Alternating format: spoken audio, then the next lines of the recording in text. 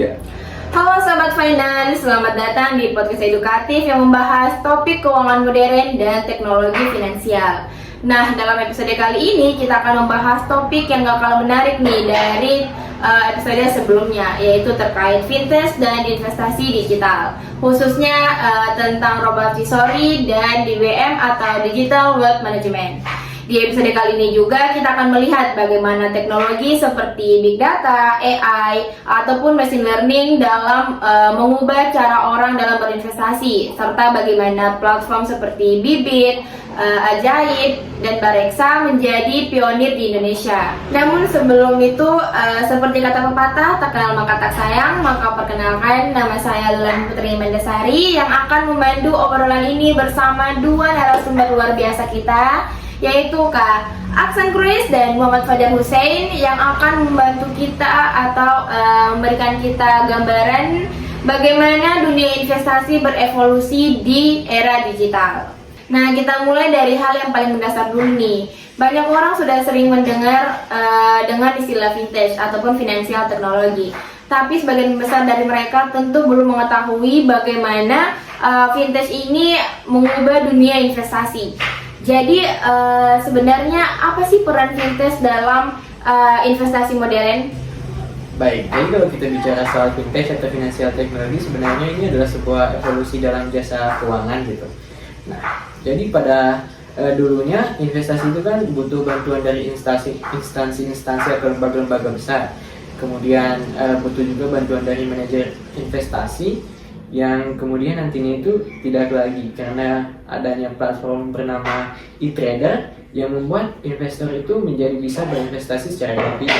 Kemudian pada 2010 muncul lagi DWM atau Digital Wealth Management, yaitu pengelolaan kekayaan berbasis digital yang membuat kita itu jadi lebih bebas dan berbasis aplikasi gitu. Jadi pemilihan produk investasi, analisis portofolio serta evaluasi portofolio itu jadi lebih mudah.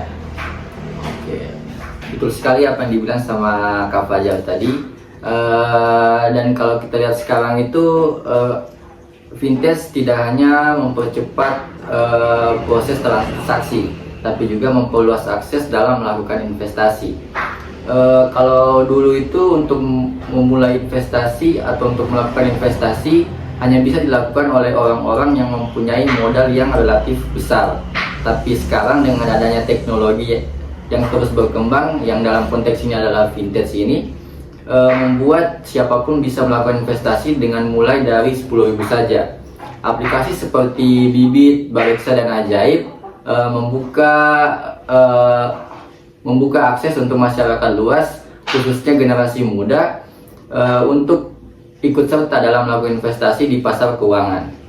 Oke, tadi kan sudah sempat nih disinggung terkait platform Bibit, Bareksa, dan Ajaib, di mana ketiga platform inilah yang membuka akses bagi masyarakat luas, terutama kan untuk generasi muda nih, untuk melakukan atau ikut serta dalam pasar keuangan. Nah, kira-kira nih bagaimana sih cara kerja dari ketiga aplikasi ini? Baik, jadi ketiga aplikasinya itu lumayan kompleks dan simpel di saat yang bersamaan gitu. Contohnya aja aplikasi Ajaib. Nah, jadi kalau kita masuk di aplikasi ini tuh kita langsung disuguhin dengan beberapa pilihan saham, reksadana, dan kripto gitu. Di situ kita sebenarnya bisa langsung berinvestasi karena itu sudah merupakan pilihan dari robo-advisor. Jadi kita itu tidak perlu melakukan analisis yang lebih dalam dan memakan waktu lagi gitu. Nah. Oke, untuk aplikasi Bibit sendiri, berdasarkan pengalaman saya, kalau kita awal masuk setelah login itu biasanya kita ditanya-tanya mengenai pendapatan per bulan, tanggungan yang ditanggung, sehingga setelah menjawab itu aplikasi itu bisa langsung menggolongkan kita apakah kita ini jenis investor yang lebih ambisius atau tidak.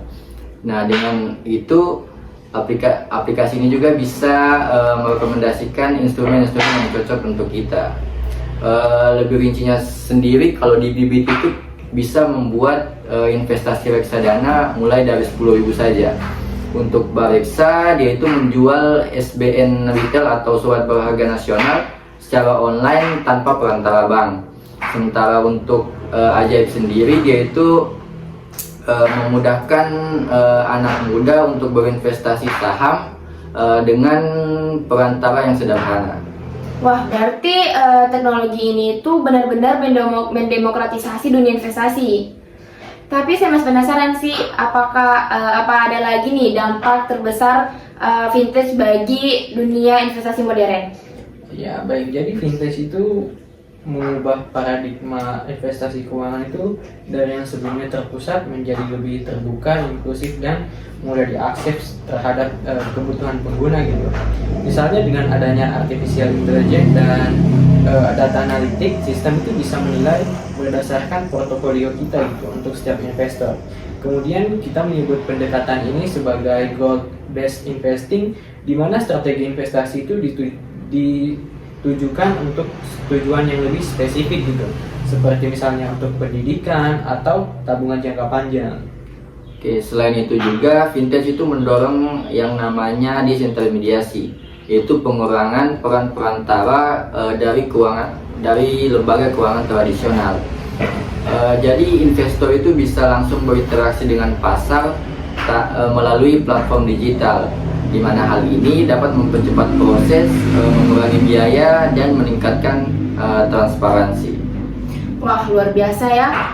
Tapi saya rasa tuh ini tuh nggak mungkin berjalan lancar. Pasti ada beberapa tantangan yang mungkin nih dihadapi vintage dalam perkembangannya. Nah, kira-kira tantangan apa saja sih, atau tantangan terutamanya nih apa sih yang dihadapi oleh vintage dalam perkembangannya? Baik, jadi tantangan dari vintage itu sebenarnya keamanan cyber dan perlindungan data, karena kan semuanya itu berbasis digital sehingga risiko kebocoran data itu lebih mungkin terjadi.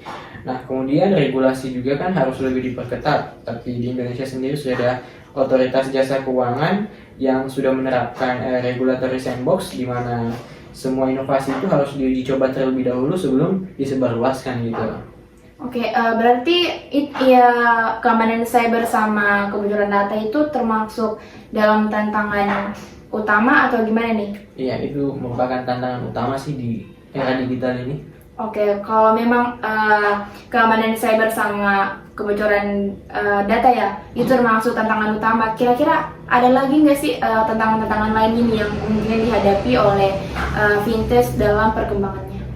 Tentu saja ada. Kita itu jangan lupa sama yang namanya literasi keuangan digital. Karena itu juga sangat penting. Teknologi yang canggih tidak akan berguna kalau penggunanya tidak dapat mengelola risikonya dengan sangat baik. Oleh karena itu, banyak platform vintage sekarang itu menyediakan fitur-fitur edukasi dan simulasi investasi untuk meningkatkan kemampuan berinvestasi penggunanya. Oke, berarti literasi keuangan digital juga ini sangat penting nih dalam perkembangan vintage. Karena benar sih yang kakak Sang tadi bilang, percuma nih teknologi canggih tapi kalau penggunanya sendiri tidak bisa mengendalikan risiko, ya sama saja. Ya.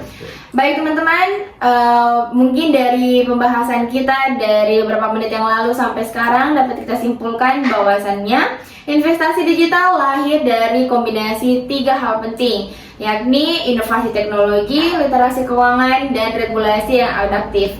Nah, inilah yang menjadi fondasi sehingga lahirlah sistem baru seperti robo advisory yang akan kita bahas di segmen berikutnya. Jadi jangan kemana-mana, tetap di podcast edukatif. See you! Dan selesai satu.